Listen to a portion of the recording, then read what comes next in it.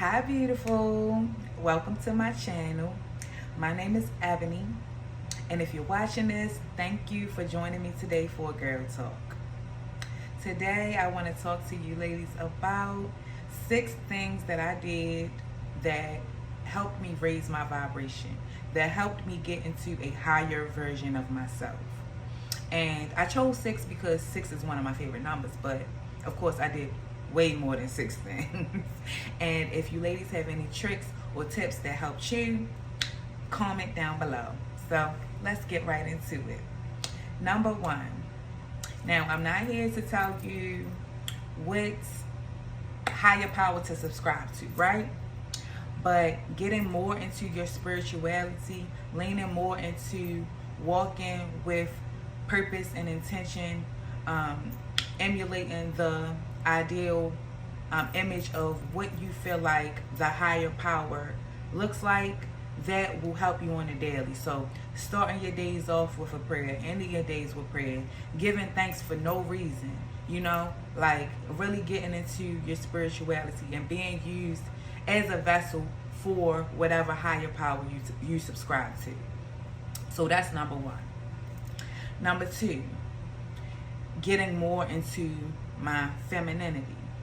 A lot of us were raised on either survival or more masculine leaning habits. But no matter what gender you were born into, we all have both masculine and feminine energy.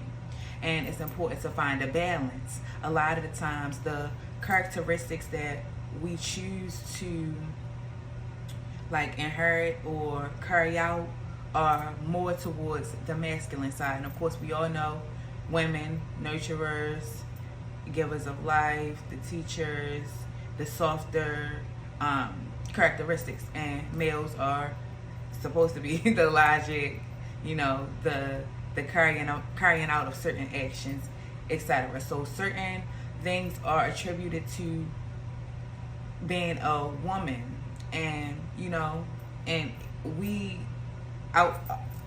outside of just the physical aspects, how we carry ourselves, how we speak, just certain characteristics are attributed to feminine energy. So it's important to live in that, embrace that, because a lot of times we are not only groomed and trained throughout our childhood to run away from that, but then we look at society and certain things that are promoted in the popular culture take us away from that. So yeah, that's number 2. Number 3, I stopped eating meat.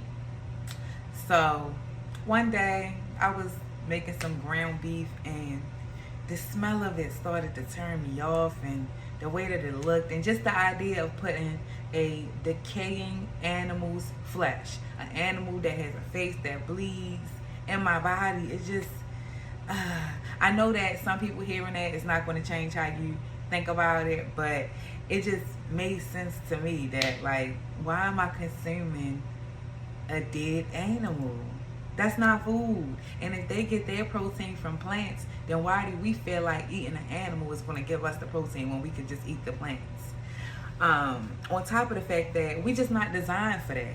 Our nails, our teeth, our digestive system, we're not designed to consume meat. It's too acidic. The list goes on. On top of the fact that a lot of the animalistic behaviors that we see today can be attributed to eating meat. You are what you eat. So that's number 3. Number 4, I stopped listening to certain vibrations. So there are scientific experiments that show how listening to certain sound waves can change the way that water flows. And our bodies are made up of a large percentage of water. That's why when we hear certain sound waves, it can help us sleep and make us want to dance and make us want to have sex and make us want to fight, etc. So I became more aware of what I allowed my subconscious to digest from changing the music that I listen to.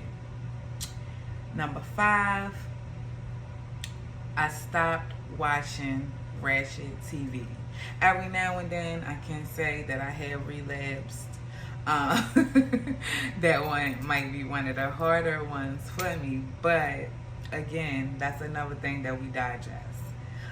So the representation of the black woman that is constantly promoted through the ratchet TV shows, and just the situations that you see people constantly repeating, you know, the infidelity, the fighting, throwing drinks, just, you know, y'all know what's on the ratchet TV shows, you know. So I stayed as far away from that as I could. And number 6, last but not least, I stopped wearing weave. So not only do a lot of those girls think that they are, it's kind of like a ritual thing that they do to get the girls to give their hair to y'all. But on top of the fact that, that's another person here. That means the spiritual connection. Yeah, I just felt like the representation of a black woman that I wanted to present looked like a black woman.